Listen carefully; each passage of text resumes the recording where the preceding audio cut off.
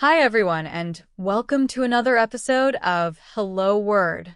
I'm Alex, your host, and I'm so glad you're here. Today, we're diving into the word average. It's an A2 level noun that means the usual amount or value.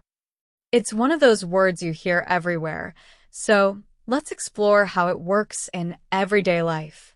The word average is often used to describe something typical or normal.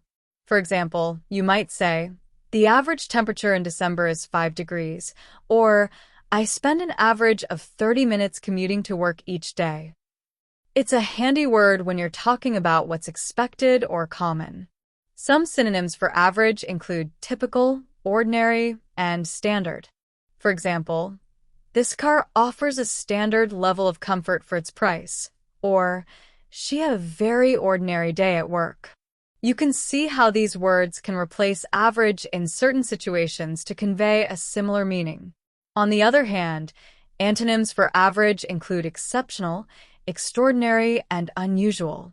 For instance, he has an exceptional talent for painting, or that was an unusual amount of rain for this season. These words highlight something that stands out instead of being the norm. In daily life, you might hear someone say, the average price of a coffee in this city is $3, or on an average day, I walk about 2 miles. You can also use it in phrases like above average, as in, her test scores were above average, or below average, like his performance this year was below average. Here are a few more examples in sentences. The average family size in the country is 4 people. She runs an average of 10 kilometers every week. The restaurant has pretty average reviews online.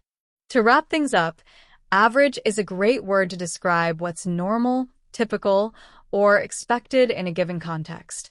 It's super versatile and easy to use. Thanks so much for listening to this episode of Hello Word. If you enjoyed it, please subscribe to the podcast and leave a review. Your support helps others discover the show. I'd love for you to create your own sentence using average and share in the comments. Until next time, keep exploring words and making them your own. Bye for now.